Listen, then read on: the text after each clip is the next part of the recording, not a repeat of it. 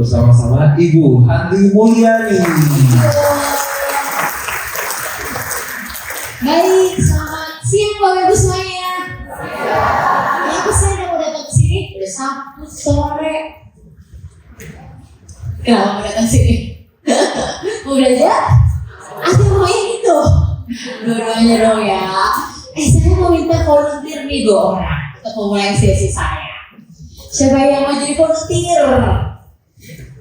Siapa yang mau silakan maju, anak-anak sampai aja boleh. Kalau nggak ada volunteer nggak mulai-mulai loh kita. Iya, ayo siapa yang mau coba silakan. Bapak tatapannya menantang saya. Namanya siapa Pak? Pak Juro. Oke, Pak Juro. Dibuka dulu Pak. Satu lagi.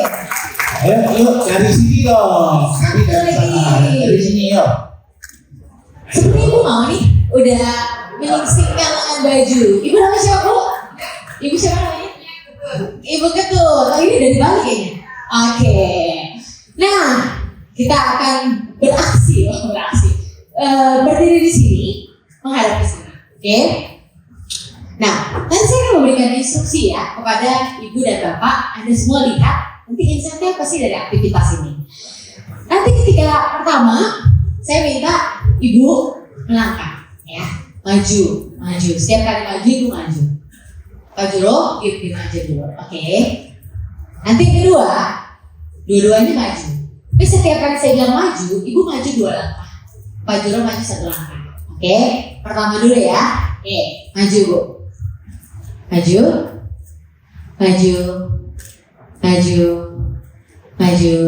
Stop Bu. Apa yang terjadi? Ibu maju, Ibu Ketut maju, Pak Juro stop. Jadi lama-lama kenapa? Ketinggalan. Karena dia stuck.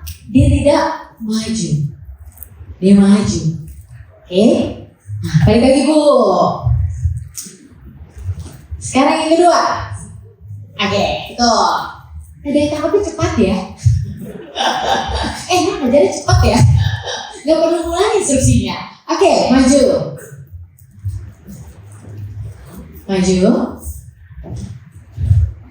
Nah, Bapak satu. Ini agak slow nih. Ayo tangkap ya. Udah deh Pak. Oke, maju. Ya, stay. Maju. Oke, stop. Anda maju 1 langkah. Dua-duanya maju nggak Bapak Ibu? Tapi apa yang terjadi? Tetap ketinggalan. Kenapa? Masih stuck. Karena juga majunya 1 langkah, tidak selaras dengan yang pertama. Iya betul. Tepuk tangan dulu buat semuanya.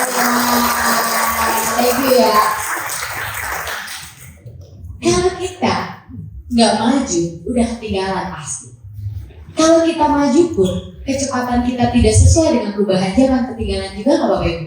Ketinggalan. Jadi sebenarnya menjadi guru itu pilihan ya.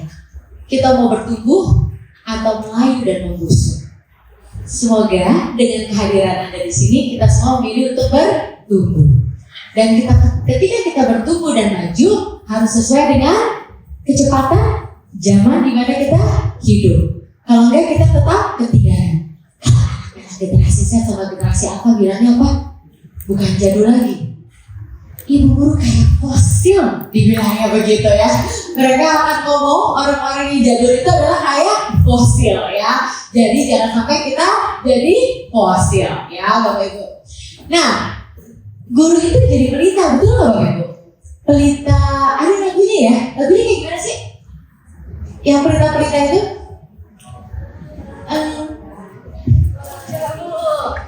Jasamu tiada larang. Engkau bagai pelita dalam kegelapan. Engkau laksana embun penyejuk dalam kehausan. Nah, tepuk tangan dulu buat kita semua dong.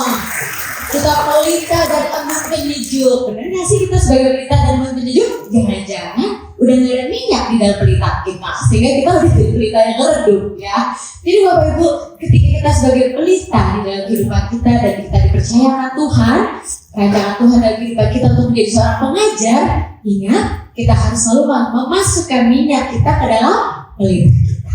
Kalau kita pelitanya gak ada minyak, artinya kita tidak bisa menerangi lagi. Hari ini event yang diadakan sekolah adalah untuk saling memasukkan kembali pelita dan saling menerangi satu sama lain ya. Di kesempatan ini mungkin saya juga belajar sesuatu loh dari Bapak dan Ibu. Karena betul saya juga adalah guru di sekolah kami sendiri. Jadi saya mengajar mata pelajaran Psychological Studies di SMP SMA kami. Kita lihat sendiri mata pelajaran di Bapak Ibu ya.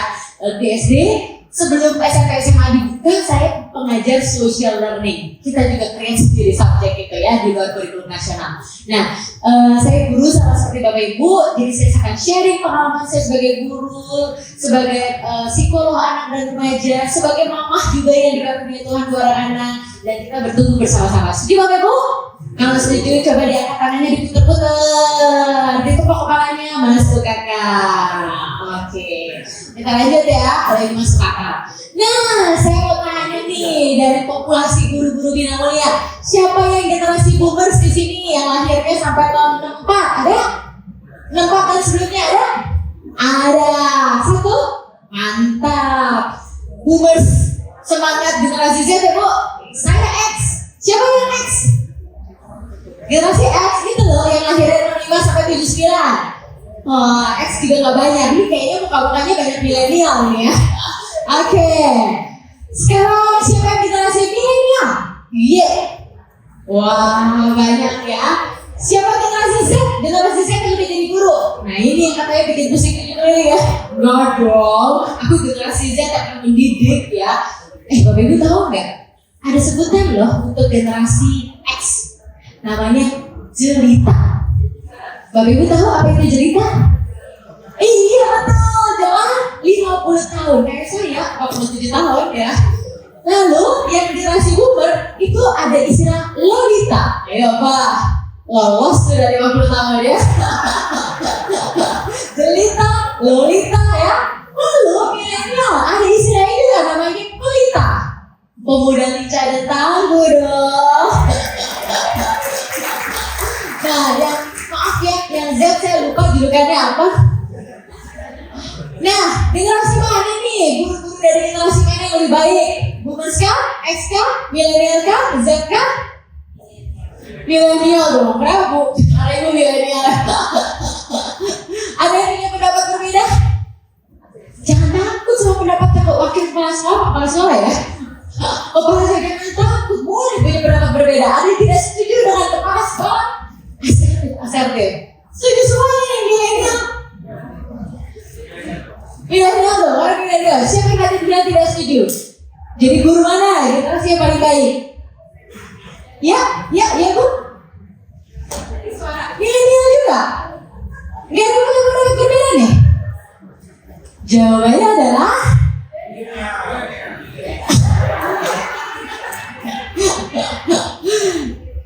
guys. Jawabannya adalah semua punya kelebihan dan kekurangannya masing-masing ya. Dan setiap generasi itu akhirnya punya karakteristik masing-masing karena zamanlah yang perubahan zaman di generasi itu yang mempengaruhi kita. Kita kalau ngomong sama generasi Z nih bilang gini, tadi ini kalau masalah Z ya? Ya. Kamu tahu nggak? Dulu saya waktu bikin skripsi harus Pusaka Nasional RI itu ya di Salemba harus nyari, udah gak nyambung Bapak Ibu. Mereka nggak ngalamin kayak gitu ya. Jadi itu kan masalah Allah. Zaman lo kalau orang Jakarta bilang ya, masalahmu, zamanmu itu tidak terjadi padaku ya. Jadi ya kenapa akhirnya anak-anak sekarang menjadi tidak terlalu mudah untuk berproses ya, karena zaman membuat mereka jadi lebih gampang ya kalau tidak diimbangi dalam pola asuh. Saya adalah psikolog yang tidak percaya generasi Z pasti jadi strobel. Setuju? Tergantung diri kamu sendiri, tergantung pola asuh ya. Oke, lanjut. Jadi yuk temukan kelebihan dari masing-masing generasi, berkolaborasi ya. Generasi X dan boomers mungkin kita lebih punya kekuatan dalam hal daya juang ya. Tapi kita bisa diskusi sama Z karena mungkin mereka lebih sangat high tech ya dalam membuat materi pembelajaran. Jadi berkolaborasi ya.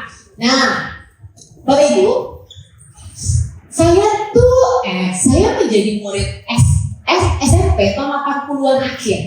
Saya menjadi murid SMA tuh tahun 90-an. Tapi sekarang saya menjadi guru SMP dan SMA untuk anak-anak tahun 2020-an. Jadi kalau saya pakai cara saya tahun 1990-an mendidik anak, approach anak, pakai cara sama yang seperti tahun dulu, jadi nyambung nggak Bapak Ibu? Nggak jadi nyambung, jadi fosil katanya. Ya, jadi mau nggak mau, suka nggak suka, kita harus bisa update. Ya, nggak semuanya harus kita sesuaikan. Ada hal-hal yang generasi Z, generasi Alpha perlu belajar dari generasi kita. Ada sesuatu value yang sifatnya universal. Mau generasi manapun value itu tetap sama. Contoh misalnya kesopanan, ya tetap sama. Jadi Bapak Ibu, misalnya siapa yang guru SMA di sini? Gak ada, dikit guru SMA. Ini tantangan nih sama anak SMA. Kan katanya kalau guru SMA kita harus jadi kayak sahabat mereka, tapi jangan bablas. Tetap harus ada boundaries. Kalau kita cuma jadi teman mereka bisa keluar boundaries, akhirnya kurang aja. Ya, tidak ada lagi batasan antara respect ke guru dengan ke teman. Ya, jadi tetap ya harus ada batasan meskipun kita juga harus bisa relate. Kuis pertama Bapak Ibu. Nah, saya ada hari ini deh hadiah buat yang bisa menjawab kuis saya ini. Oke, siap-siap mau hadiah ya. Nah, apa yang paling bisa membuat kita tuh gampang masuk, gampang nyaman, gampang deket, meskipun baru ketemu, baru kenal 5 menit ketika ada apanya antara you and me. Ayo, dulunya dari situ gampang banget. Berhadiah 1 buah buku tulisan Halo Ibu Leni, aku sering wajah berbeda sama Bu.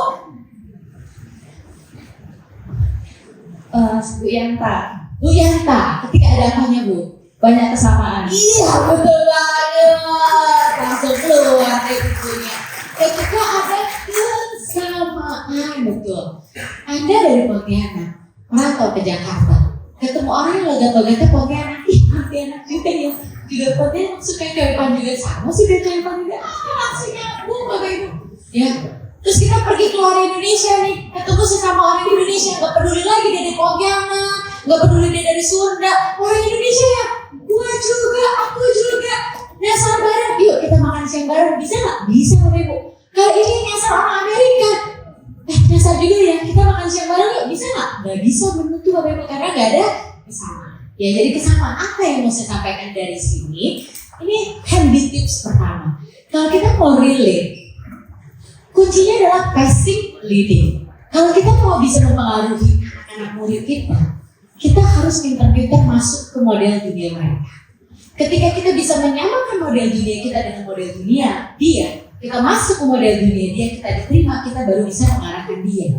Tapi kalau dia sudah tidak mengizinkan kita, kalau kita sudah tidak bisa masuk ke model dunia dia udah blocking, kita susah untuk mengarahkan dia. Ya. Nah, guru TK tadi Pak Ivan ya namanya, Pak Andi. Pak Andi wakil TK ya kan? Nah, Bapak Ibu, bagaimana sih mencari kesamaan basic? Guru-guru TK siapa guru-guru TK sini? Nah, lihat omongannya kan kayak bukan anak TK kan? Kenapa guru TK tuh kalau ngajar harus gini? Oke, selamat pagi semuanya. Hari ini kita akan belajar menulis. Ayo. Lihat kan Bapak Ibu? Tapi kalau guru TK, selamat pagi anak-anak. Ayo, kita hari ini mau belajar menulis. Sudah, ya. Tapi kalau kita jadi guru SMP dan SMA, selamat pagi anak-anak. Hari ini kita mau belajar trigonometri. Lebay banget sih, ya. Contoh ya, fisiologis, guru TK harus begini, ya, warna suara, ekspresi. Anak-anak tahu Mobile Legends, kita perlu ngerti Mobile Legends. Seventeen mau konser di Jakarta ya, setidaknya ngerti lah Seventeen itu apa ya, nyambung sama mereka, baru ngarahinnya gampang. Next Bapak Ibu, coba angkat lagi tangannya, ditepok-tepok lagi jidatnya, masuk akal. Lanjut ya. Nah, untuk itu Bapak Ibu, Sekarang ini kan zamannya media, betul. Anak-anak itu kan terakses dengan media, ya. Sehingga pembelajaran zaman sekarang itu kita kompetitor kita adalah fokus atensi mereka tuh yang udah pendek-pendek, itu loh Bapak Ibu. Nah, bagaimana membuat pembelajaran itu, ini istilahnya saya Bapak Ibu ya, itu fun. Fun itu adalah fresh. Kita nggak bisa pakai cara belajar tahun 90-an untuk anak-anak tahun 2020-an. Ya udah nggak fresh lagi.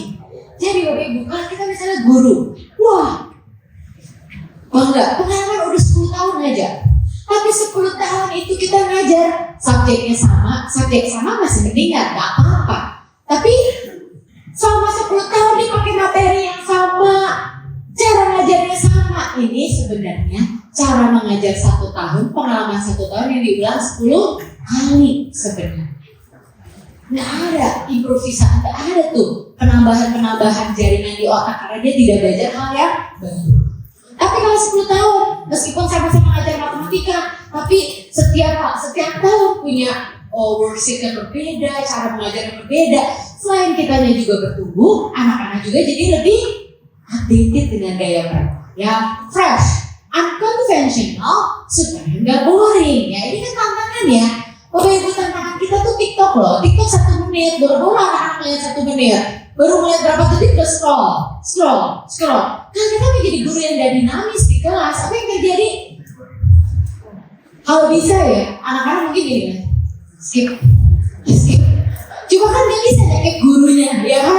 Gak bisa nyekip itu buku. Akhirnya dia tidur, dia jalan-jalan ya, karena tidak fun ya. Nah, fun itu pertama, emosi itu menular Bapak. Emosi itu menular ya. Coba Anda bayangkan kalau misalnya tadi saya memulai dengan begini. Terima kasih ya Bina Mulia sudah mengundang saya ke Pontianak. Guru-guru, kalian mau ngapain sih datang hari Sabtu ke sini? Kan kalian harusnya nggak ngajar hari ini. Kalian mau belajar. Benar, kalian mau belajar. Sebel nggak Bapak Ibu? Sebel Bapak Ibu ya. Jadi emosi itu menular. Tapi ketika kita ekspresi kita fun, intonasi suara kita juga semangat, fun, bahasa tubuh kita juga fun, itu akan menularkan hal itu kepada murid-murid kita Bapak Ibu. Dicek pertama kali ya, coba ekspresi wajah seperti apa yang kita mau tampilkan di depan murid kita dulu nih. Apakah guru yang ditekuk? Saya mau tanya, ada nggak di sini guru yang ketika datang ke sekolah langsung gini, misalnya itu tanda-tanda fakta-fakta guru itu dinantikan dan disukai sama murid-murid ya secara personal. Nah sebenarnya guru yang kayak gitu akan lebih mudah tuh. Tapi kalau yang senang banget hari ini misalnya sakit, yeay, gak ketemu misalnya, yeay, gak ada pelajaran misalnya, aduh sedih banget. Refleksi buat diri kita sendiri ya. Apa yang membuat anak-anak gak tertarik sama kita? Apa yang membuat pelajaran kita tidak dinantikan? Ya seperti itu. Oke, jadi ekspresi mana ya? Jadi nanti saling mengingatkan nih ya. Kalau kita ketemu ya, guru bukan kata terus setiap hari ya. Coba belajar untuk mungkin awalnya gini Bapak Ibu. Kadang-kadang ada orang yang naturalnya belum seperti itu. Itu kan come inside ya. Kadang-kadang kita nggak usah nunggu mood. Tapi kita bisa mengubah fisiologis kita dulu untuk mengubah mood. Mau bukti? Sekarang saya minta guru-guru semua duduknya. Boleh saya pinjam bangku Pak? 1? Bapak boleh geser ke sana? Oke, thank you. Ya, bahwa motion create emotion. Kita bisa mengubah fisiologis kita untuk mengubah mood kita. Duduknya jangan tegak Bapak. Sekarang saya minta Bapak Ibu duduk begini. Semua, ayo duduk. Sudah? Suddenly, mood apa yang muncul Bapak Ibu? Ngantuk, males. Tegap lagi. Beda nggak Bapak Ibu? Jadi, mengubah mood dengan mengubah fisiologis. Motion create emotion. Mungkin saat kita lagi mood nggak enak, saya senyum. Tapi lama-lama senyum itu akhirnya menjadi sebuah Ya Bu, ya tapi jangan senyum-senyum sendiri saat gak ada orang Bapak Ibu ya. Mengerikan itu juga. Sini aja gak apa-apa ya, ini nanti saya masih butuhkan. Kita lihat ya bahwa emosi itu menular. Diperhatikan semuanya.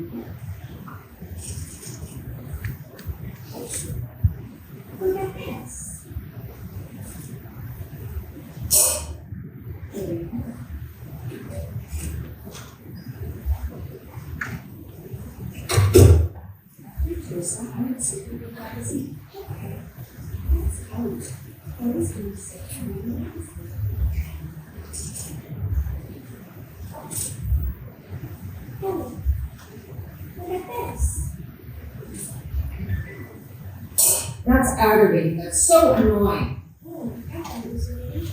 Well, that's just your opinion. It's aggravating.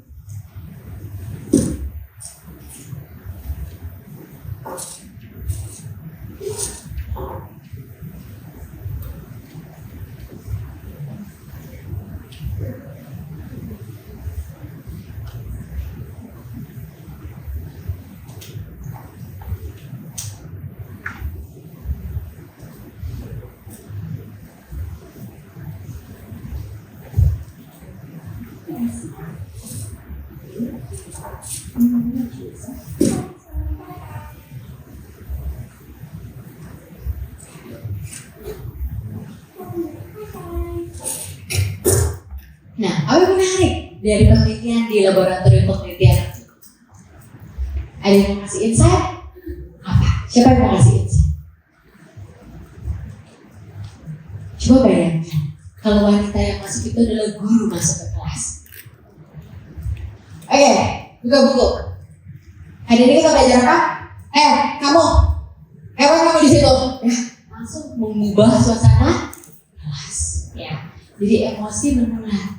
Kita guru itu figur yang paling penting untuk membawa suasana kelas. Oke Bapak Ibu? Ya. Jadi nanti kalau pagi bangun sebelum ke sekolah kita ngaca, kita senyum, kita ngomong sama diri kita sendiri. Hari kamu guru yang luar biasa. Hari ini kamu akan memberikan banyak hal yang terbaik untuk murid-muridmu. Gitu Bapak Ibu. Afirmasi diri sendiri. Ya. Nah, jadi Bapak Ibu, benar nggak? Setuju nggak sama saya? Kita tuh guru perlu rendah hati. Anak-anak tuh di zaman sekarang bisa mencari materi pelajaran yang lebih bagus daripada materi yang kita kasih.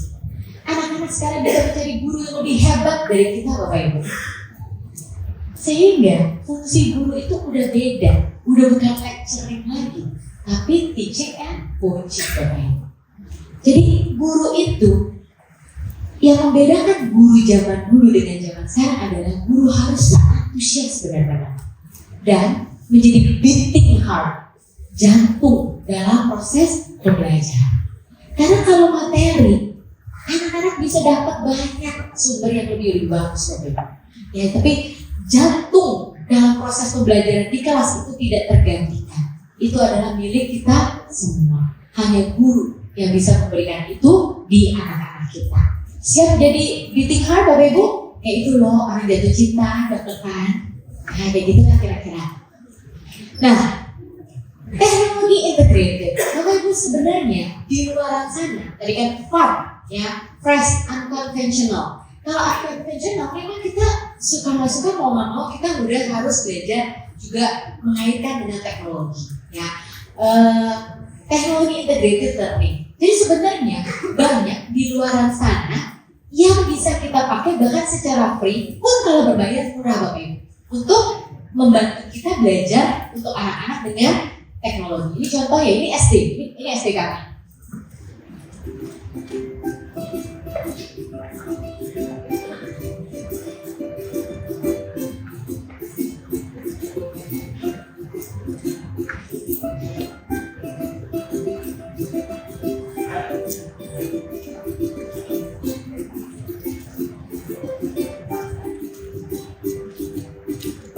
jadi lebih menarik, lebih mudah dipahami. Kita waktu saya sekolah dulu nggak ada kayak beginian, ya. Sehingga untuk abstract thinking itu kan masih belum terlalu mudah buat anak-anak, ya. Karena memang cara berpikirnya masih di konkret operasional, perkembangan kognitifnya. Lalu ini Bapak Ibu ada nih di internet, ini pun kalau berbayar murah. Ini menarik sekali. Bagaimana kita If mengajarkan you have neurology. left-sided heart failure, your left ventricle does not deliver enough oxygen-rich blood to your body, making you feel tired and out of breath. Nah, Bapak Ibu bisa akses nih human.biodigital.com. in the blood vessels between Ini your berbayar, lungs. tapi ada free-nya. Nah, kita bisa menggunakan kayak begini-begini nih Bapak Ibu untuk membantu belajar menjadi This lebih mudah increased dan pressure menarik. forces fluid out of your blood and into your lung tissues, which makes it difficult for you to breathe. Ya, ini contoh ya. Jadi sebenarnya kalau kita mau punya effort untuk mencari tools belajar yang nggak unconventional sekarang juga banyak sebenarnya. Ini saya sharing multisensori Bapak Ibu. Jadi anak-anak sekarang kan nggak bisa diem, eksperimen, bergerak. Bagaimana kita bisa membawa pembelajaran itu nggak harus textbook, ya nggak hanya dengan lihat dan dengar, tapi juga doing, ya. Kita bilangnya field learning atau experiential learning. Nah misalnya ini ya, bagaimana untuk alat gerak manusia. Nah kita bikin anak-anak seperti ini dan ini bisa gini-gini, jadi ngerti bagaimana cara tangan bergerak, ya. Hal-hal seperti ini yang perlu kita explore. Ini juga di SD kami misalnya. Ini saya berikan ini supaya siapa tahu nanti menambah ide-ide Bapak Ibu. Pelajaran mengenai awan Bapak Ibu. Awan kan gampang dicari, betul nggak Bapak Ibu? Ada di luar sana. Jadi waktu itu kita belajar awan, cari awan, ya. Jadi kita keluar, anak-anak dikasih seperti ini nih Bapak Ibu. Ada awan cirrus, cumulus, ya. Nah, kita jadi detektif awan. Anak-anak senang banget. Ada ketemu nih si cumulus nih, kayak begitu. Nah ini kan jadi sesuatu yang menarik, ya. Field study, experiential learning, gak harus melalui buku seperti itu. Ini gamified learning.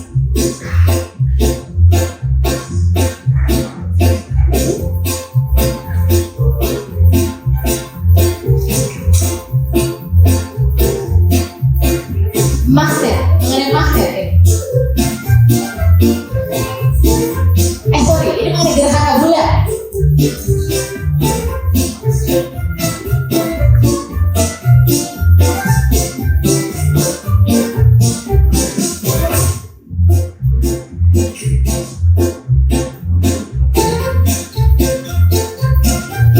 Nah, memahami gerhana itu gampang nggak Bapak Ibu? Susah buat anak-anak SD sebenarnya. Nah kita bisa pakai metode belajar seperti ini, jadi menarik pakai center, ya, bikin bola-bola, jadi lebih memahami. Ini di SMP SMA Bapak Ibu. Ini anak-anak pelajaran social studies. Belajar mengenai apa ya? Lupa sih waktu itu. Mewawancarai seorang wanita di salon yang kerja di salon sebagai admin salon, ya. Jadi social study itu kan gak harus dari buku. Waktu itu juga kami ajak anak-anak SD kami ke pasar. Kita bawa ke 2 pasar Bapak Ibu. Pasar yang modern, pasar 8 Alam Sutra, pasar Cimone di Tangerang. Ini pasar dengan 2 status kondisi ekonomi sosial yang berbeda, ya. Nah, anak-anak jadi ngerti, jadi bisa pilih. Miss, aku beli apel 10.000 di pasar Cimone dapat 3. Aku di pasar Alam Sutra cuma dapat 1. Nah, di situ kan dia mau observasi. Oh, yang datang ke Cimone banyak naik angkutan kota, naik ini pasar 8. Dan dia jadi belajar bahwa demografi itu ternyata mempengaruhi ekonomi, tapi langsung mengalami kedua demografi yang berbeda. Jadi bisa di-create hal-hal seperti itu. Ini Bapak Ibu, anak-anak belajar simple nih, ya. Nah, tapi kan nggak harus guru yang selalu ngasih soal, betul nggak Bapak Ibu? Kali ini anak-anak kita minta mereka bikin permainan dan mereka yang bikin soal. Dengan mereka bisa bikin soal, kita jadi ngerti bagaimana pemahaman mereka mengenai materi itu. Nah ini contoh, dia bikin board game kayak ular tangga ini krokodil. Ini ada hal, dia setiap kali kena krokodil dan hal, ada soal matematika yang harus dikerjakan. Tapi yang mengerjakan siapa? Kita, para gurunya. Kalau di SMP SMA kami memanggil guru tuh coach ya. Coach Hanli, Coach Ica. Nah kita coach yang menyelesaikan soal ini. Mereka yang ngasih soal. Nah contoh-contoh seperti ini Bapak Ibu, ini jadi menyenangkan. Nah ini kemarin kita belajar global perspective, IPS, sama apa satu lagi saya lupa. Kita benar-benar simulasi ke pengadilan Bapak Ibu. Jadi kita pinjam ruangan pengadilannya UPH. Kalau misalnya nggak ada, kita bisa setting kok di sekolah kita sendiri menjadi ruang pengadilan. Ada yang jadi jaksa, ada yang jadi hakim, ada yang jadi pengacara. Nah ini menarik ya, kemarin anak kami yang jadi pengacara kan kalah, terdakwa kemudian tetap kalah, dia sampai nangis loh, dia sampai apa ya, benar-benar kayak apa ya, mendalami perannya banget sebagai pengacara ya. Jadi waktu itu kasusnya korupsi nih ceritanya ya, ada jadi jaksa, hakim, pengacara, ada juga murid yang jadi tersangka seperti itu. Jadi hal-hal seperti itu ya, ini sharing aja, siapa tahu ada yang bisa Bapak Ibu kembangkan dengan kondisi di sekolahnya masing-masing. Kalau belajar itu nggak harus di ruang kelas, belajar itu nggak hanya harus dari buku ya, yang kita punya saja, kita bisa mengembangkannya. Baik, saya masuk ke bagian berikutnya Bapak Ibu. Apa yang menarik dari gambar ini? Ada monyet, ada gajah, ada anjing, ada apa lagi tuh? Ikan ya, ada penguin. Terus kemudian gurunya bilang begini, oke, kita akan melakukan exam ya. Yang bisa lulus, yang akan lulus exam itu soalnya kali ini adalah manjat pohon. Kalau bisa manjat pohon, kamu akan lulus ujian. Bapak Ibu, yang lulus nanti siapa? Monyet doang Bapak Ibu. Bagaimana dengan si ikan Bapak Ibu? Si gajah ya. Bagaimana dengan si anjing? Wah, kamu bodoh, kamu gak lulus. Kamu payah, kamu gak lulus ya. Nah, apa yang mau saya sampaikan dari ini? Apa yang mau saya sampaikan dari ini? Ada yang punya ide? Ada yang punya ide? Berikutnya lagi ya, mensimulasi untuk insight. Nih, murid masuk ke Bina Mulia School, kondisinya beda-beda. Terus kita mengharapkan semua proses yang sama, keluar harus sama. Make sense gak Bapak Ibu? Ini make sense gak? Ini make sense gak? Artinya apa? Yes, betul. Guru perlu paham bahwa anak itu berbeda-beda.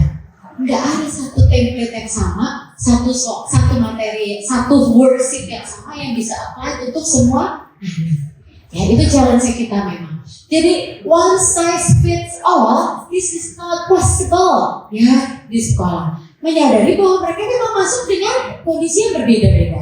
Pertanyaannya beda-beda apa aja? Kita bahas satu-satu. Nih, beda-bedanya. Beda kepribadian, beda potensi kognitif, beda area kecerdasan, beda usia dan kepakaran sosial emosi, beda fisik, beda gaya belajar, beda minat, beda adanya gangguan belajar spesifik. Kita lihat satu-satu. Bapak Ibu, sebagai guru, memberikan konsekuensi yang sama untuk semua anak, itu belum tentu efektif loh Bapak Ibu.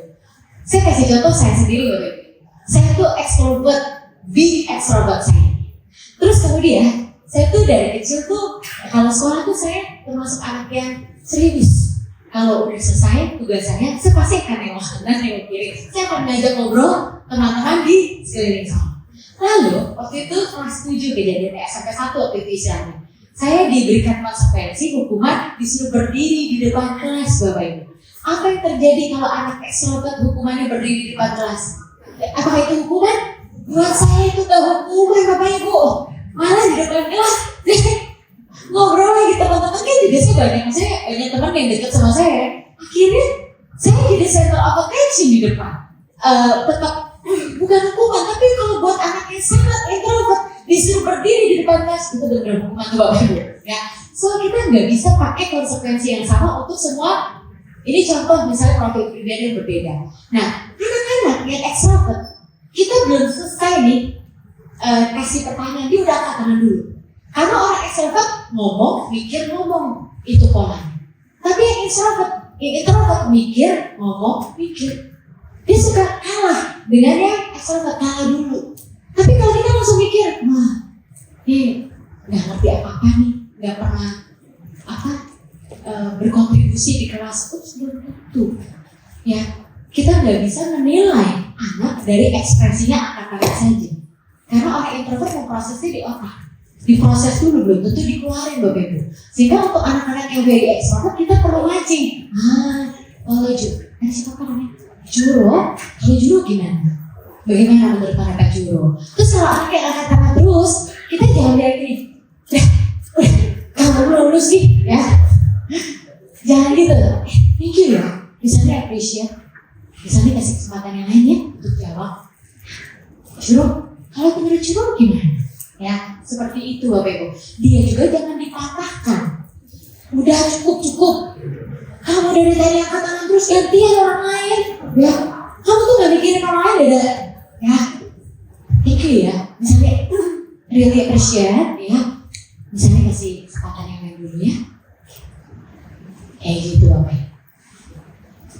Ini contoh ya, bagaimana kita perlu approach yang berbeda untuk setiap anak dengan profil pribadi yang berbeda. Lalu kemudian kecerdasan Bapak Ibu. Orang bilang IQ itu gak penting. Yang penting itu emotional intelligence. Enggak Bapak Ibu, dua-duanya penting.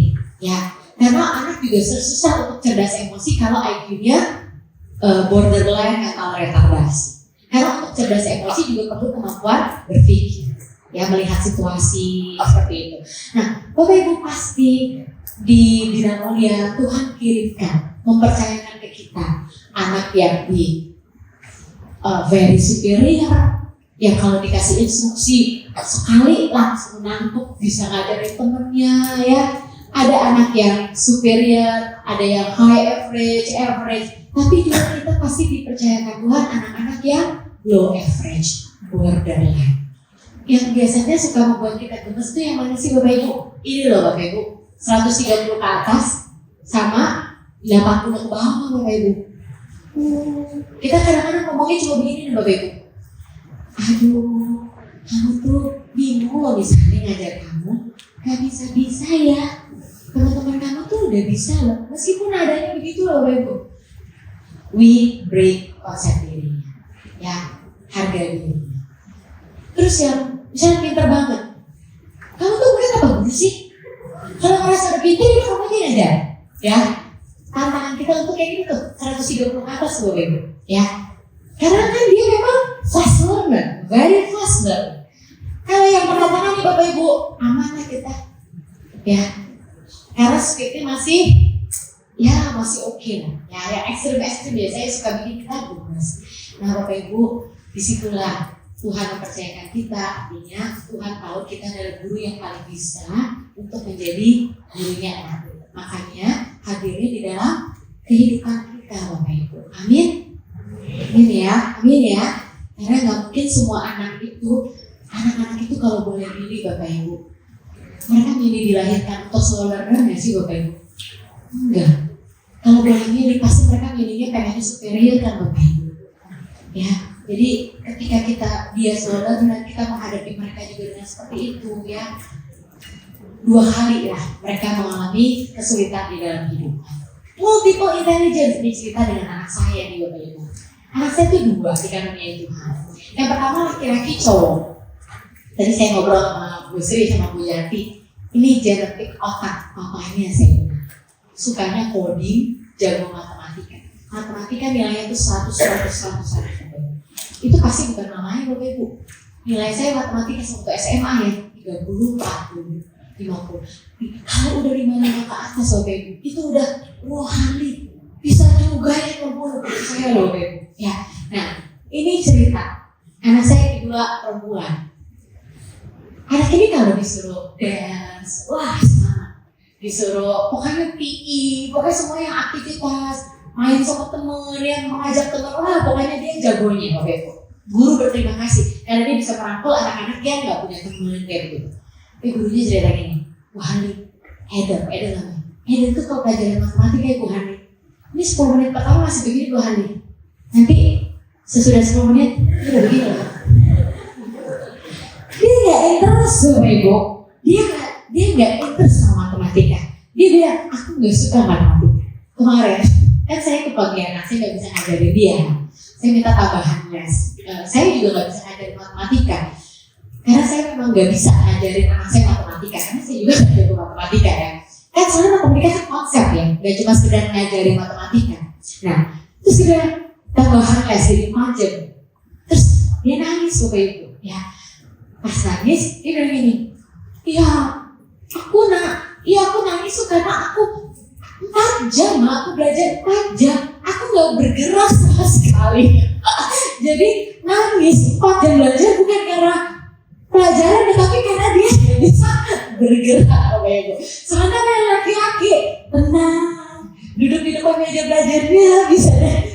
180 derajat berbeda ya. Nah ini kita perlu menyadari bahwa kita pun dipercayakan Tuhan anak dengan multiple intelligence yang berbeda-beda. Ya, nggak semua anak lah menjadi keturunan Zuckerberg kan, betul Bapak Ibu ya. Ada anak yang jadi keturunannya Najwa Shihab, ya nggak perlu matematika, ya berarti perlu bicara ya Bapak Ibu. Matematikanya perlu, matematika dasar. Saya kan sekarang kan ibaratnya usaha sendiri, punya SOA, diri sekolah. Matematika yang saya perlukan tuh cuma 1/2 bagi profit ya, 1/2, 1/4, 1/8 cukup, nggak perlu lagi 2/1/5, nggak perlu buat apa ya. Terus persentase 100% ya nggak perlu lagi ya, sampai 1500% nggak perlu lagi ya. Terus bagi kali orang apa udah cukup ya. Tapi engineer cukup nggak cukup kalau engineer ya.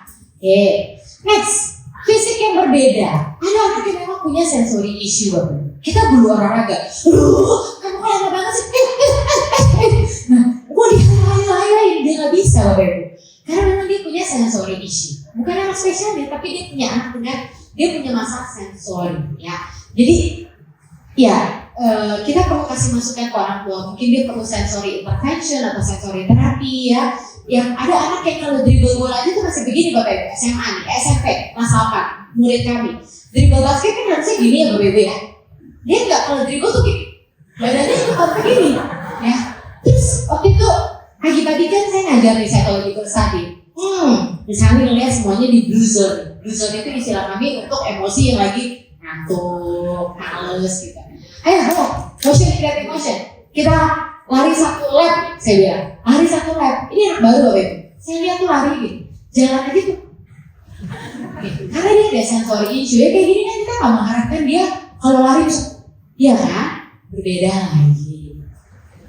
Terus minatnya yang berbeda ya, kecerdasan yang berbeda, minatnya yang berbeda. Nah, learning style. Bapak Ibu sebenarnya ada banyak aspek yang mempengaruhi learning style. Tapi saya ngambil yang ini aja, yang sering kita dengar ya. Ini knowledge senses. Proses belajar itu mostly melalui 4 senses ini. Visual, auditory, dengar ya. Terus kemudian tactile sama kinestetik ya. Oke. Bapak Ibu. Kita tuh guru perlu belajar sama Taylor Swift, Blackpink, BTS, Seventeen. Maksudnya apa? Ayo. Saya kasih ini ya, clue. Tapi Ibu pernah nggak ketemu penyanyi suaranya bagus, suaranya pas? Misalnya dia nyanyi, begitu aja Bapak Ibu. Penggemarnya kira-kira banyak Bapak Ibu. Masa tenarnya lama nggak? Apa bedanya sama si Taylor Swift tuh Bapak Ibu? Yang acak-acak kalau nyanyi. Karena kalau penyanyi yang seneng datang ke konsernya dia cuma orang yang auditori Bapak Ibu. Enak didengar, nggak enak dilihat, nggak enak dirasa. Ya, tapi Taylor Swift buat orang-orang yang visual, wah menarik, bajunya, settingannya, dandannya, outfitnya, wah, ya. Terus buat anak-anak yang kinestetik yang suka ajak-ajak, ya kan? Kinestetik kayak tahu, wah, lari sana, lari sini, ya kan? Terus kemudian buat yang auditori, jadi ini mereka ini kenapa penggemarnya banyak bisa bertahan lama? Karena dia bisa mengakomodir semua jenis audiens, auditori, visual, kinestetik, dan tactile. Guru juga perlu begitu, Bapak Ibu. Audiens kita tuh murid, ibaratnya kita tuh penyanyi, Bapak Ibu. Kalau kita guru, ya, wah materi kita bagus banget, Bapak Ibu. Tapi kita ngajarin gini, oke, kita hari ini mau mengajar. Saya hari ini diundang ke Bagiana, saya mau menginspirasi guru-guru mengenai belajar. Kita jadi guru tuh harus yang fun ya, fresh, unconventional, dan no boring. Apa yang terjadi Bapak Ibu? Wah sih dijaga langsung. Ya audiensnya maksudnya. Tapi bagaimana intonasi suara kita juga bisa membuat menggerak perhatian murid-murid kita. Penampilan kita, Bapak Ibu, guru. Outfit itu bukan berarti harus mewah dan mahal. Tapi outfit itu harus enak dilihat, Bapak Ibu. Ya, jangan terlalu kuno, nggak nyambung sama generasi Z. Bener loh Bapak Ibu, ya. Terus kemudian yang kedua, ya harus rapi. Kan kita role model dunia pendidikan, ya. Terus kemudian outfit, ya. Lihat, saya nih Bapak Ibu, kalau saya audiens saya lagi ngajar remaja. Saya pasti biasanya pakai sneakers. Ini saya ganti sneakers karena saya capek. Tadi saya udah pakai heels. Saya pasti pakai sneakers. Pakai sneakers saya, sport shoes. Terus pakai baju yang lebih casual. Kenapa? Supaya lebih relate. Karena audiensnya remaja. Tapi tadi kenapa saya pakai heel? Karena audiensnya orang tua. Ya, lebih masuk. Kenapa saya pilih bajunya hari ini seperti ini? Itu sangat pengaruh. Kalau kita pakai baju terlalu formal, murid kita adalah remaja. Nggak asik, terlalu formal jadi kerjaan. Ya ini visual, ya. Intonasi tadi, misalnya kita mengajar tuh nggak bisa satu nada, Bapak Ibu. Dari awal pelajaran sampai akhir pelajaran satu nada. Misalnya ada namanya tone semana. Oke, kita mau merayakan 17 tahun kemerdekaan kita nih. Hari kemerdekaan kita. Menurut kalian, apa sih yang bisa kita lakukan untuk menjadi pahlawan di masa sekarang? Tone semangat, Bapak Ibu. Tone empati. Misalnya sedih loh, ketika melihat ada teman yang jatuh, tapi sebagian dari kamu tertawa-tawa. Empati, kita nggak bisa memantik empati dengan begini.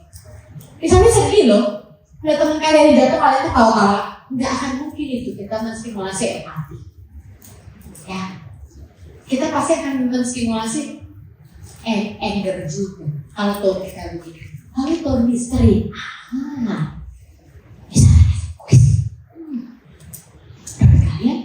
kenapa sih kita nggak boleh pakai ilmu keluar mata sampai tone seperti itu? Karena membuat anak jadi tone itu harus kita mainkan, ya, ekspresi, ya, seperti itu, visual, ya. Karena kita nggak bisa memilih murid kita. Oke, 1A yang visual aja, enggak. Karena semua murid punya keempatnya. Cuma ada yang lebih dominannya apa. Nah kecenderungannya kalau saya visual, saya akan mengajar dengan cara visual. Lupa sama yang auditori, lupa sama yang kinestetik, tactile seperti itu, ya. Karena dominannya kita itu. Oke, action Bapak Ibu. Jadi kita perlu belajar dari siapa? BTS, Blackpink, Taylor Swift, ya Bapak Ibu ya. Nah, lalu kemudian apa yang beda lagi? Apa yang kita perlu empati terhadap perbedaan? Mengenai gangguan belajar, gangguan belajar. Ada gini, ini payungnya itu adalah gangguan belajar. Untuk bisa menegakkan diagnosa gangguan belajar, syarat pertama IQ anak ini harus normal dulu, minimal average. Pertanyaannya begini, kok IQ-nya nggak masalah, tapi kok susah belajar? Pertanyaannya ada apa? Dan ciri-ciri anak dengan gangguan belajar biasanya konstan. Dari kelas 1 terus susah kalau nggak diintervensi dan semakin susah. Tapi kalau gini, kelas 1-nya susah, kelas 2, 3-nya dia bagus, 4-nya mulai susah lagi, 5 susah. Tapi ini bagus, 7, 8, 9 ini susah. Nah, berarti itu bukan gangguan belajar. Ada sesuatu di periode itu yang menyebabkan dia turun pelajaran. Ya, nah tapi ini biasanya konsisten dan tidak ada pengecualian. Oh, di rumah bisa baca 2 hari, di sekolah nggak bisa baca. Di tempat lain bisa baca, nggak bisa seperti itu. Di mana-mana dia nggak bisa baca. Nah, gangguan belajar spesifik itu areanya ada di gangguan baca, yaitu disleksia, nggak bisa baca, kesulitan baca. Kalau udah gangguan baca, pasti gangguan menulis. Dan biasanya memahami bacaan. Kenapa memahami bacaan? Karena baca itu harus pemenggalan tone-nya itu pengaruh. Misalnya gini, membangun hubungan yang tangguh dengan siswa di tengah tantangan. Kalau dia karena dia susah baca, dia membedahnya gini. Membangun. Iya.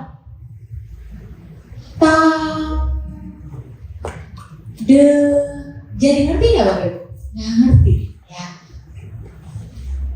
Gangguan baca, disgrafia biasanya berhubungan dengan menulis. Lalu diskalkulia biasanya berhubungan dengan angka. Kalau anak disleksia yang tidak diskalkulia, dia pet-nya nggak masalah. Tapi ketika pet udah soal cerita, dia nggak jadi masalah. Tapi ada anak yang komorbid Bapak Ibu, 2, disleksia dengan diskalkulia. Nah, anak-anak dengan seperti ini perlu learning support dan perlu individual educational plan. Karena kalau dia disamaratakan dengan anak yang lain, dia akan kesulitan. Ini contoh anak murid kami di sekolah yang disleksia. Mau menulis papa, ini gampang banget ya Bapak Ibu. Terbalik terus, gagap ya. Jadi memang perlu learning support. Anak disleksia itu bisa membaca, tapi dia perlu diajari membaca dengan cara yang berbeda. Jadi nggak bisa disamaratakan dengan anak-anak yang tidak disleksia. Jadinya bodoh lah dia. Ya. Masalah bahasa ini biasanya nggak banyak dipahami nih Bapak Ibu. Dan kasus gangguan bahasa itu banyak. Dari pengalaman kami di SOA, 2 gangguan yang kami sering temukan adalah disleksia dan gangguan bahasa. Apa gangguan bahasa? Gangguan bahasa itu gini. Biasanya anak-anak dengan gangguan bahasa dipikirnya oleh guru dan orang tua introvert banget. Anak punya social anxiety, gak pede, ya takut sama orang. Biasanya itu. Tapi sebenarnya dia punya gangguan bahasa. Kalau gangguan bahasa bedanya gini. Dia bisa baca, tapi dia nggak ngerti apa yang dia baca.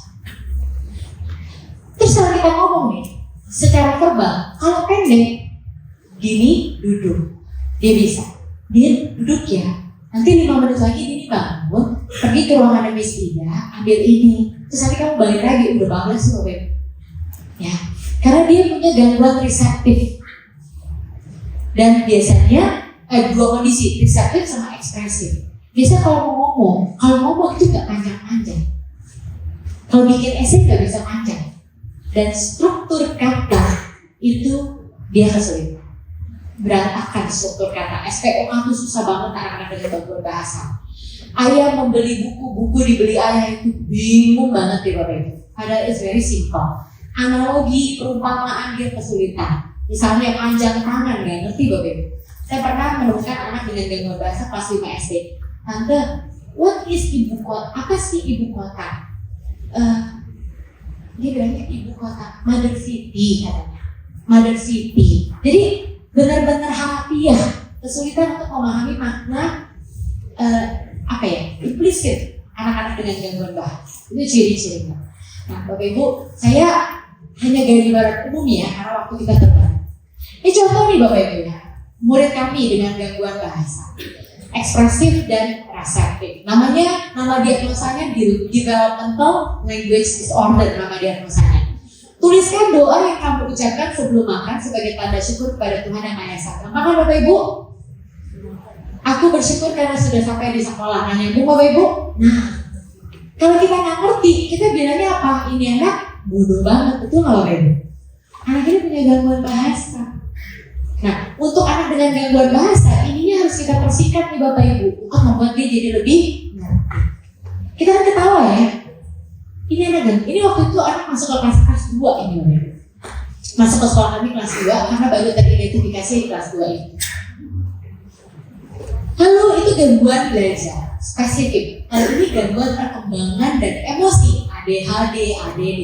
Tapi tadi di sesi orang tua, banyak anak sekarang dengan ADHD, ADD sebenarnya tidak terlahir dengan ADD dan ADHD, tapi karena too much screen time. Ya.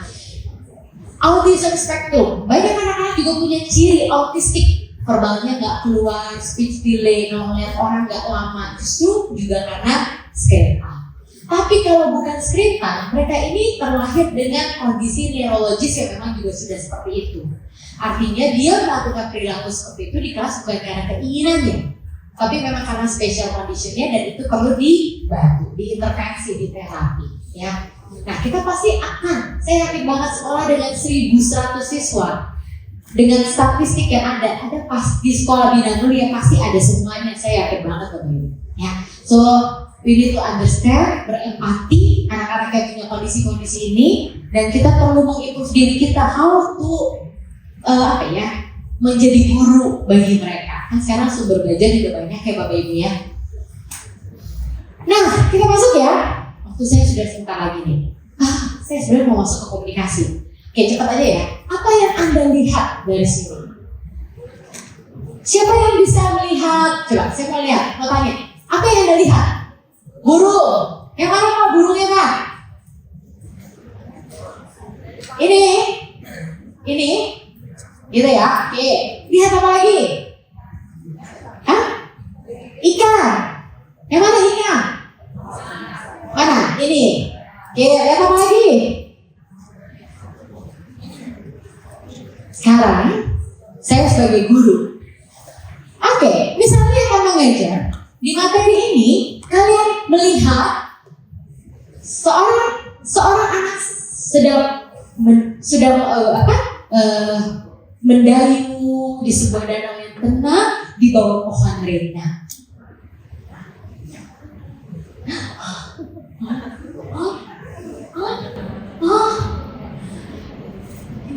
Kamu gimana sih? Nggak ngerti? Gimana sih kamu? Aduh, kamu tuh memang ya payah. Siapa yang nggak ngerti? Aduh, kamu tuh bodoh banget sih. Nggak tahu. Siapa yang bodoh di sini? Siapa yang nggak bisa? Bodoh semuanya kalian ya. Siapa yang bisa? Gak ada yang pintar di kelas ini. Luar biasa. Gak ada murid misalnya yang pintar di kelas ini. Ada yang bisa?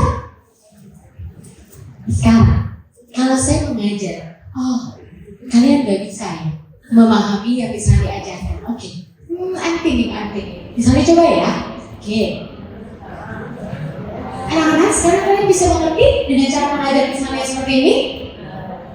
Oke, sini. Mana coba, jangan buka-buka aja. Sini Bu. Mana anaknya, mana danaunya, mana pohon rindangnya.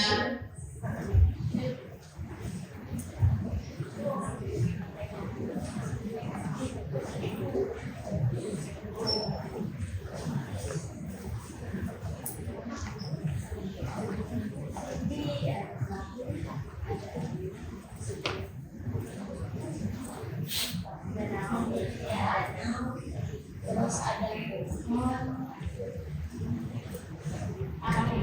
guru lagi bisa ngerti? Soalnya gue tidak apa insightnya? Ternyata ketika kita cari cara mengajar dengan cara yang berbeda, jadi ngerti nggak anak-anak murid kita? Iya. Oh iya Miss, aku sekarang jadi ngerti deh teacher. Ini toh perahunya, ini pohonnya, ini danaunya. I see. Jadi ketika murid belum ngerti, mungkin kita perlu coba mencari cara yang lain untuk membuat mereka mengerti. It's too early untuk ngejudge bahwa mereka bodoh, begitu aja nggak bisa. Susah banget sih kamu yang dari tangkap rendah misalnya. Oke, jadi Bapak Ibu, anak-anak yang belajar di kelas dalam kondisi stres, udah stres dengan muka gurunya, udah stres sama cara mengajar gurunya, stres sama materinya. Ini nih, otaknya kayak begini nih Bapak Ibu ya. Dan ketika otaknya neuronnya shrinking kayak gitu, bisa belajar nggak? Susah untuk belajar, ya. So what we learn with pleasure, apa yang anak-anak pelajari dengan menyenangkan, kita nggak akan pernah lupa. Yang guru SMA, ada tau lagu Bintang Kecil, nyanyi lagu nggak? Nyanyiin lagu ini lagi nggak untuk anak-anak SMA? Nih ya, sekarang kita nyanyi sama-sama ya, guru SMA ya, guru TK pasti bisa ya. Yuk, sampai habis ya, 1, 2, 3. Bintang kecil di langit yang biru, amat banyak menghias angkasa. Aku ingin terbang dan menari jauh tinggi ke tempat kau berada. Minta semuanya tepuk tangan. Apakah kita belajar lagi lagu Bintang Kecil setiap hari? Udah berapa puluh tahun nggak penyanyi lagu Bintang Kecil? Tapi ketika itu di-recall langsung masuk. Coba lagu waktu kita cinta pertama dulu PDKT, itu kalau lagu muter lagi di radio, bisa nyanyi lagi nggak? Bisa nyanyi. Kenapa? Karena sangat ada unsur emosi. Makanya guru pun sama Bapak Ibu, yang Anda ingat tuh guru murid kan ada 2 emosi kan? Emosi bikin Anda kesel banget, Anda ingat. Sama emosi bikin Anda senang banget, Anda ingat kan? Nah, bagaimana caranya tuh supaya anak-anak pengalaman emosi, pengalaman yang menyenangkan. Karena kalau pengalaman yang nggak menyenangkan nanti jadinya trauma Bapak Ibu ya. Joyful teaching, joyful learning. Everyone can learn, but we have to figure out how to teach. Ya. Paradigma pendidikan seharusnya seperti ini. Gak ada satu template, satu bentuk yang cocok untuk semua. Memahami bahwa mereka punya differences yang berbeda-beda. Bapak Ibu, komunikasi, masuk komunikasi. 15 menit lagi boleh Bu? Boleh ya? Itu pun kalau cukup ya. Komunikasi itu ada 3 unsur, yaitu ada kata-kata, intonasi suara, dan bahasa tubuh. Kata-kata itu pengaruhnya cuma 7% tuh Bapak Ibu. Ini 93%. Karena ini selalu nyambung. Nggak mungkin kita intonasi marah tapi mukanya senang, betul nggak Bapak Ibu? Ya, sehingga intonasi dan bahasa tubuh mempengaruhi komunikasi kita terhadap murid-murid 93%. Oke, jadi nanti ketika kita bicara sama murid, perhatikan tuh intonasinya, bahasa tubuhnya ya. Apalagi kalau 3-3-nya nggak efektif. Nanti saya kasih contoh ya. Misalnya gini ya, misalnya menegur murid. Ibu namanya siapa? Ibu Susi. Ini murid saya menegur Bu Susi. Susi, kenapa kamu tiduran aja tadi? Kamu nggak nangis ya? Negurnya gini, ya. Susi, misalnya terganggu. Ketika misalnya sedang ngajar, kamu bicara sendiri sama teman-teman di sekolah, di kelas, sama-sama negur, tapi dengan intonasi dan ekspresi dan kata-kata yang berbeda, jadi berbeda apa? Jadi berbeda. Ya, nanti saya jelaskan cara menegur dengan confrontive eye message namanya. Nah, ini prinsip yang guru perlu tahu banget Bapak Ibu. Ini ada buku saya How to Deal with Your Child. Di situ bukunya Parent-Child Happy Relationship. Masih ada nggak bukunya? Silakan kalau guru nanti ada yang mau beli bukunya, masih ada ya di luar sana ya. Ini perumpamaan Bapak Ibu. Kalau es krim di atas ini rasanya strawberry, pertanyaannya kalau ada es krim di bawah pohon ini rasanya strawberry bukan Bapak Ibu? Belum tentu. Bisa coklat, bisa vanilla, bisa green tea. Apa yang saya mau sampaikan dari perumpamaan ini? Masalah yang tampil dalam perilaku murid-murid kita bukan selalu masalah yang sesungguhnya. Misalnya, murid-murid kita hari ini berkata kasar sama temannya. Kamu tuh goblok, anjir misalnya. Ya, terus temannya dipukul. Dan guru fokus sama perilakunya. Tulis ya 1000 kali. Aku tidak boleh berkata kasar dan ini lagi. Aku tidak boleh. Gak berguna Bapak Ibu. Karena bottom of the goal-nya bukan itu. Kita harus cari tahu bottom of the goal-nya, apa yang menyebabkan dia berperilaku seperti itu Bapak Ibu. Itu yang harus kita address. Karena hampir selalu masalah yang dalam perilaku bukan masalah yang sesungguhnya. Saya kasih contoh Bapak Ibu. Grade 1 boy student, dia nggak mau makan nih pada saat jam makan. Terus makanannya jadi berantakan. Terus kita bilangnya begini, roadblocks kalau di buku saya. Kamu nggak boleh begini. Ini kan makanan, kamu harus bersyukur masih punya makanan. Kamu harus mama kamu sudah susah payah membuat makanan. Ini semua bukan respon yang tepat. Nah, ini jadi roadblocks. Tapi kita perlu memberikan respon, mendengarkan dengan empati untuk tahu what is the bottom of the goal. Ini contoh respon mendengarkan dengan empati. Miss, perhatikan, hari ini ada sesuatu yang membuat kamu kesal. Biasanya kamu suka makan di sekolah, tapi hari ini sepertinya kamu ada marah yang membuat kamu jadi melempar makanan kamu. Dan misalnya mulai apa yang membuat kamu marah dan melempar makananmu saat ya. Jadi ini adalah contoh memberikan respon, validasi perasaannya, dan kita pengen tahu apa sih yang membuat dia melakukan hal itu. Tapi jangan cara nanyanya kenapa kamu melempar makanan. Nah ini juga pertanyaan format kenapa kamu itu tidak efektif loh Ben. Coba kita kok Johor. Terus saya ingat makanya nama jangan susah-susah. Juro. Saya tahu pakai Johor baru ini Juro.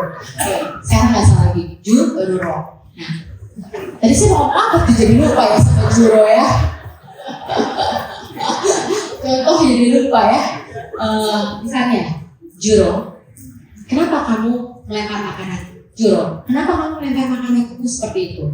Meskipun adanya gitu. Juro, kenapa kamu melempar makananmu seperti itu? Ya, tapi tetap kenapa kamu itu langsung membuat orang merasa disalahkan, dipojokkan, ya. Tapi kalau misalnya kamu biasanya suka makan dan biasanya kamu senang. Hari ini misalnya lihat kamu melempar makananmu. Ada sesuatu yang membuat kamu kesal dan marah saat ini. Dan misalnya wondering apa yang membuat kamu melempar makanan kamu. Beda nggak bagi caranya ini? Ya, so we need to have different approach to find the bottom of the goal. What kind of listening skills should we have so students are willing to talk? Jadi rahasia membuat anak mau dekat cerita itu adalah bagaimana cara mendengarkan, yaitu mendengarkan dengan empati. Nah, kita perlu memahami ada yang namanya roadblocks dalam komunikasi Bapak Ibu. Karena waktu terbatas saya kasih film aja untuk memahami roadblocks. Anda posisikan diri Anda sebagai Riley. Ini dari film Inside Out pertama. Anda perhatikan observasi semuanya ya, intonasi bahasa tubuh semuanya. Backgroundnya dia baru pindah ke San Francisco seminggu ya, karena papanya pindah tugas dan sebenarnya dia tidak pengen pindah ke San Francisco. That's the background. Kita tahu. So, as it turns out, the green trash can is not recycled. It's greens, like compost and H blue, and the blue one recycled. Riley's acting so weird. Why is she so weird? Saya salah masukin film bukan yang ini. Ada nggak yang ini? Sebentar ya. Atau Bapak Ibu, saya kasih waktu Anda 5 minute break, saya pindahin dulu video sebentar ya.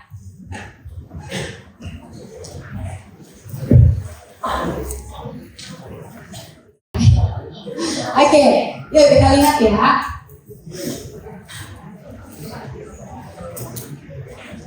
Ini contoh, ini roadblocks dalam komunikasi. Saya belum ketemu video yang menarik dalam settingan guru. Tapi anggap aja ini antara guru dan siswa ya.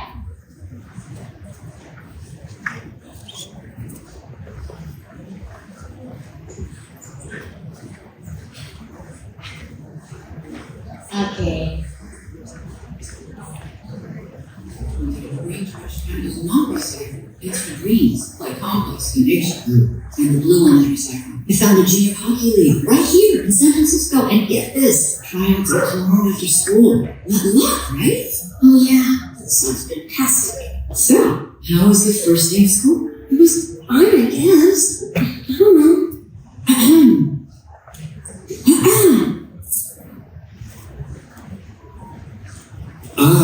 So, Riley, how was school? School was great, alright? Riley, is everything okay? Riley, I do not like this new attitude. What is your problem? Just leave me alone. Listen, young lady, I don't know where this disrespectful attitude came from. Yeah? Well, this is not. That's it. Go to your room. Now. Nah, apakah Riley ketika jawab, ya that's good, apakah benar-benar good? Nah, ya. Terus kemudian kenapa dia jadi marah? Karena ditanyain hal yang sama 3 kali. How was your day? Is everything okay? Riley, is everything okay? Ya, 3 kali. Jadi dia merasa tidak dipahami dan didengarkan. Lalu kenapa papanya marah? Karena papanya hanya fokus pada presenting problemnya sama cone yang di atas, tapi tidak merespon bottom of the cone.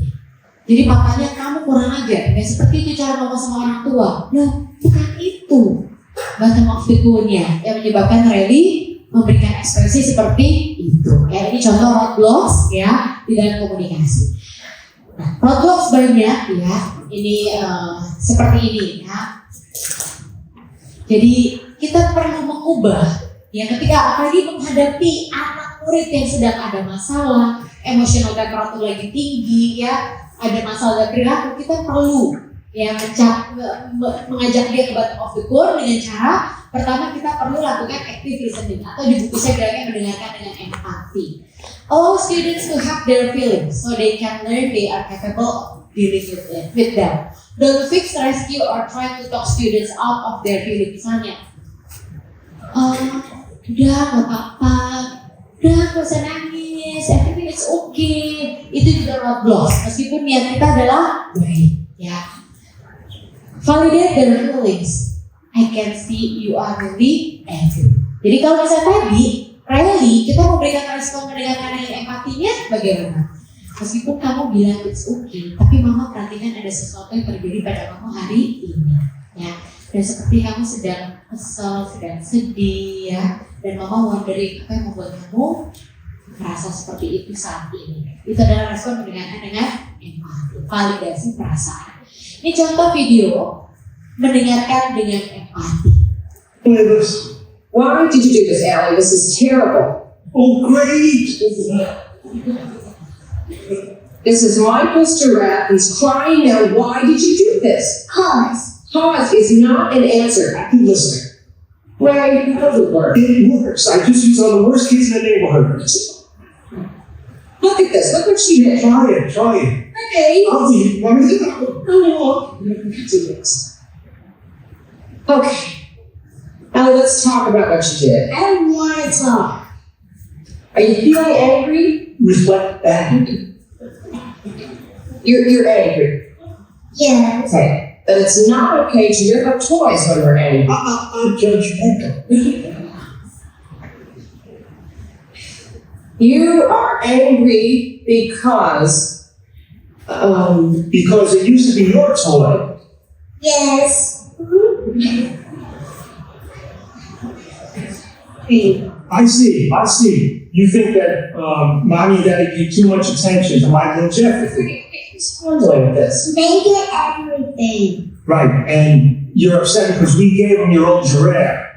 I still like it. But you weren't playing with it. But that doesn't matter though, because it was still yours. And you're mad because we gave it to Michael without asking you, right? Right. Well, mommy and daddy made a mistake. And everybody makes mistakes, right, mommy? Yes. You feel better now, Helen? Yes, can I have giraffes? Well, it's broken, honey. I know, I want to try to fix it for Michael. Oh, Yes. Have a good day. Ya, ini contoh daddy-nya memberikan respon mendengarkan dengan empati. Ya.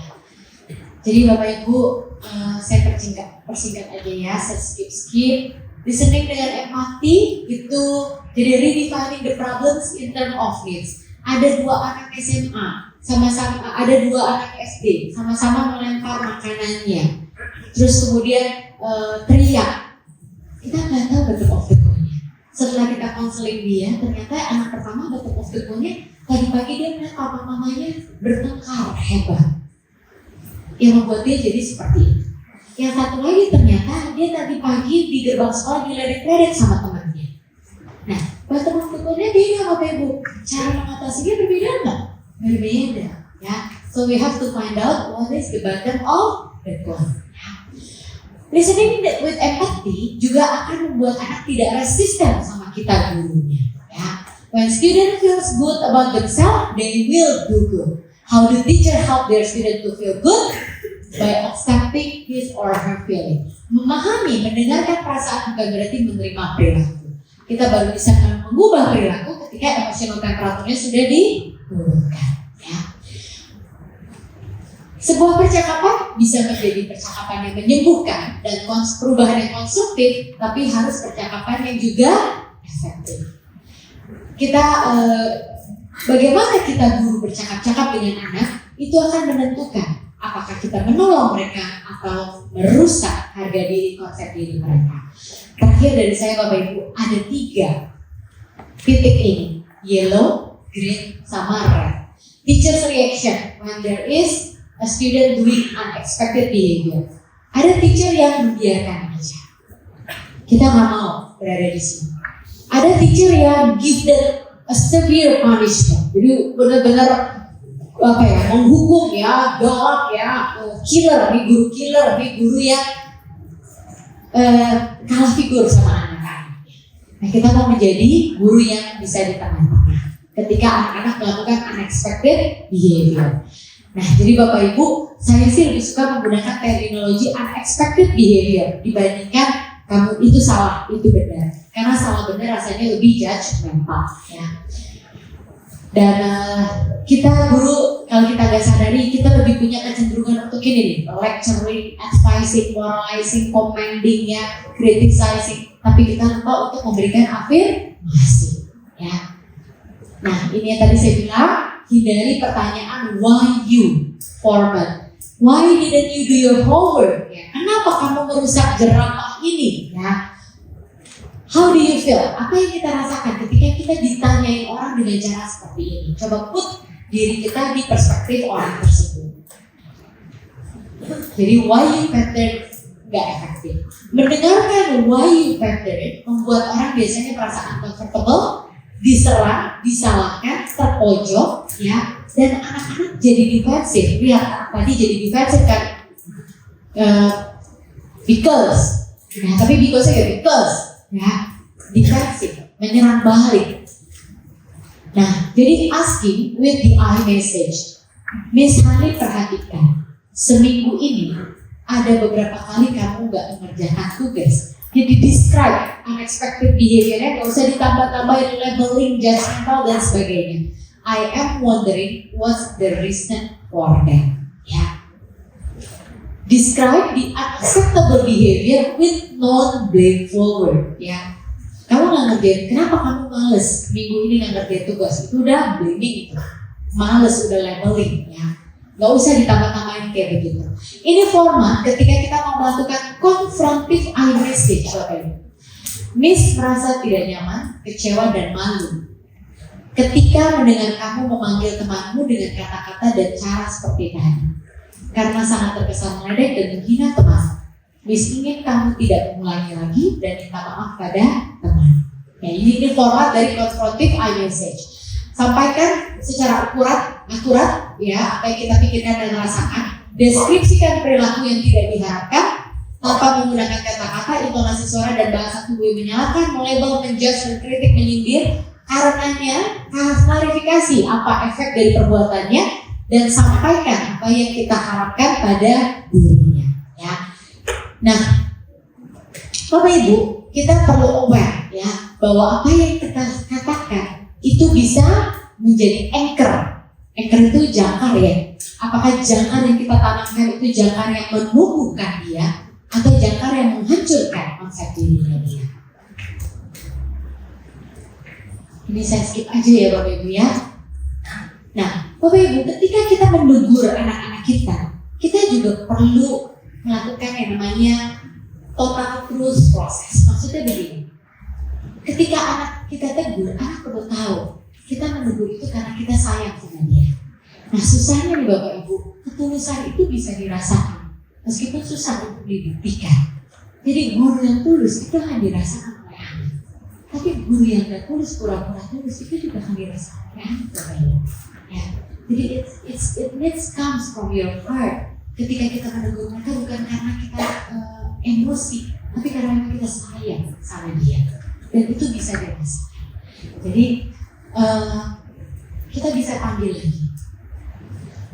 Misalnya tuh nggak suka sebenarnya orang buat misalnya itu juga menyakitkan. Tapi misalnya perlu melakukan itu. Kenapa? Karena misalnya sayang sama kamu. Kalau misalnya membiarkan kamu melakukan unexpected behavior dan kamu tidak bertumbuh menjadi pribadi yang baik, rasanya misalnya sedih dengan pribadi kamu seperti itu. Jadi dia tahu kalau kita negur karena kita sayang sama dia. Itu perlu banget, ya. Dan ketika dia sudah melakukan apa yang diharapkan Bapak Ibu, berikan apresiasi. Tapi ada dua jenis apresiasi nih Bapak Ibu.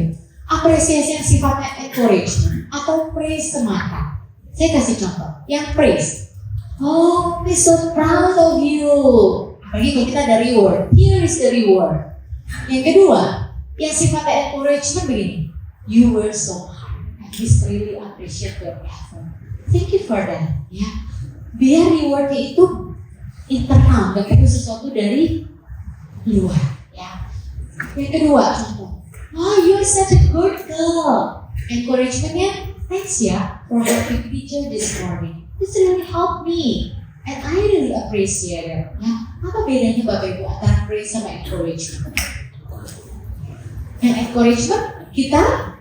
encouragement invites self-evaluation. Dia jadi ngerti. Oh, aku ini mendapatkan pujian karena perilakuku, proses yang ini, ya. Invites self-evaluation. Tapi praise invites children to become approval junkies. Dikit-dikit maunya reward, dikit-dikit maunya dipuji, ya. Jadi yuk kita mulai mengubah praise kita, afirmasi positif kita menjadi sifatnya encouragement, ya. Contoh lagi, misalnya senang sekali melihat hari ini kamu datang tepat waktu. Deskripsikan perilaku yang membuat kita senang dan kita ingin teguhkan dan sudah menyelesaikan tugas dengan baik. Misalnya sangat menghargai usaha kamu untuk berubah menjadi lebih baik. Keep doing it, ya. Sampaikan dengan intonasi begitu, ekspresi seperti itu, dan anak akan merasakan ketulusan seorang guru. Dan kalau anak sudah punya bonding sama gurunya Bapak Ibu, wah, kita kalau mau mempengaruhi dia gampang Bapak Ibu. Oke, jadi lakukan itu supaya anchor yang kita ajarkan pada murid-murid kita di dalam hati mereka, kehidupan mereka adalah anchor yang membangun.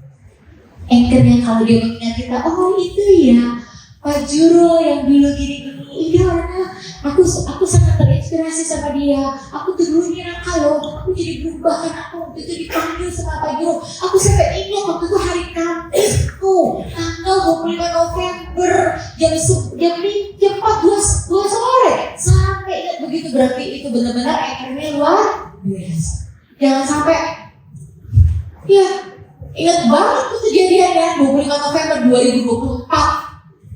Aku dipanggil, aku dimaki, dasar guru. Nah, anchor juga tuh Bapak Ibu, ya.